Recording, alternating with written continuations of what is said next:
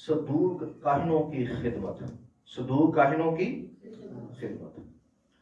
ये मौजू इसलिए हमने चुनाव किया है कि लोगों को अक्सर ये पता नहीं है कि जो कहानत की जो खिदमत है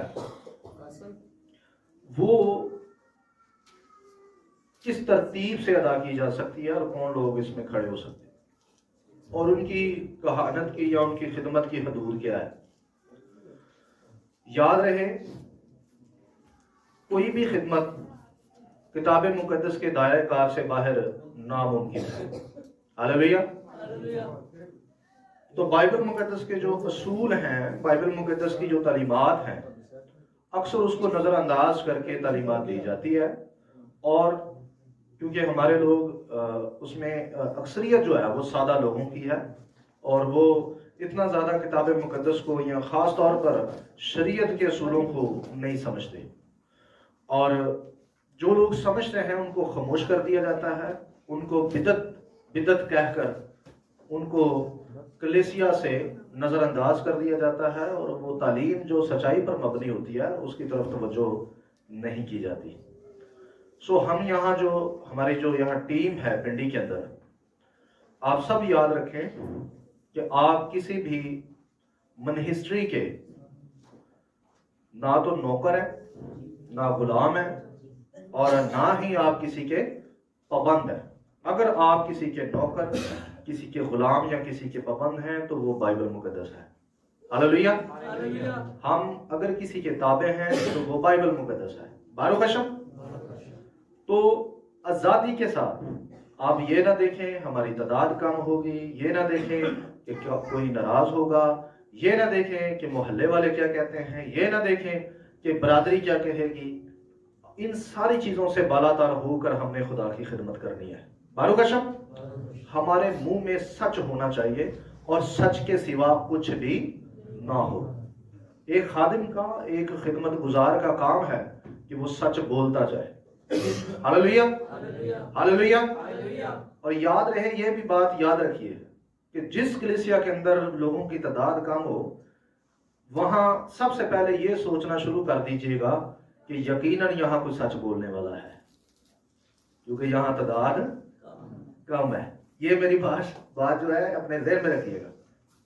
तो आए अपने उन्वान की तरफ बढ़ते हैं।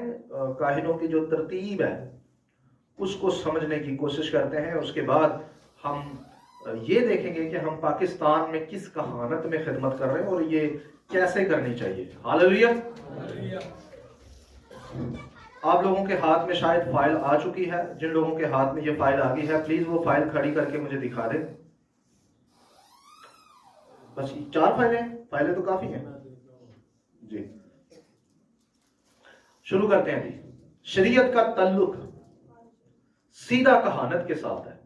शरीयत का ताल्लुक सीधा जिसको कहानत की तरतीब नहीं पता वो गुमराह रहेगा। वो क्या रहेगा? क्योंकि बनी इसराइल में कहानती निजाम शरीयत के खिलाफ कायम होता रहा है, शरीयत के खिलाफ। लिहाजा कहानत को समझना हमारे लिए बहुत जरूरी है।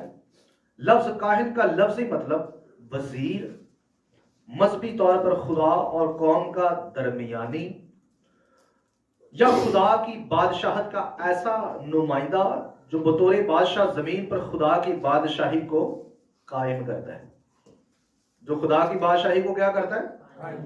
कायम करता है। अजीजों, कहानत के बहुत से पहलू बाइबल में मौजूद हैं, लेकिन आज हमने सिर्फ एक पहलू को पेश करना है जिससे हमको यह अंदाजा होगा कि बाइबल मुकद्दस में कब कब इसराइल गुमराही का शिकार होती रही है। कब कब गुमराही का शिकार।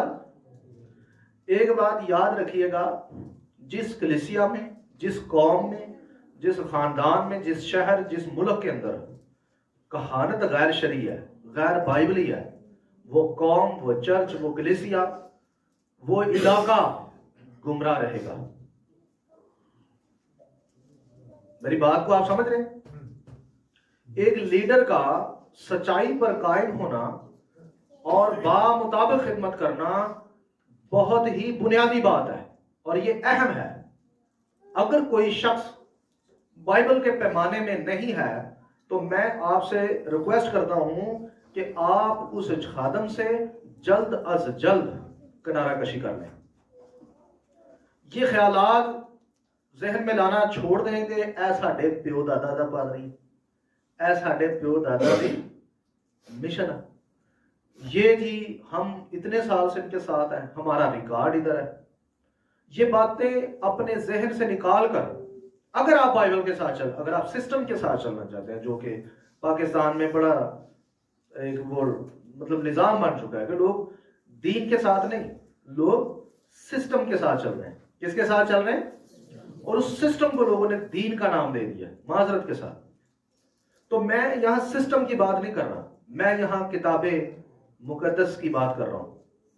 अगर आप किसी ऐसे काहिन के साथ अटैच हैं जो कि गैर शरीया है, जो कि गैर बाइबली है, क्योंकि आप एक बात और जहन से निकाल दिया जाएगा कि आज मैं खादमों पर बात कर रहा हूं, मेरा जो मौजू है वो है ही कहानत पर, मेरा जो मौजू है आज है कहानत ही। तो आज सारे मैसेज में खादम ही डिस्कस होंगे, क्योंकि खादम जो होता है एक कौम की क्या होता है? बुनियाद होता है। हालेलुया, ठीक है जी।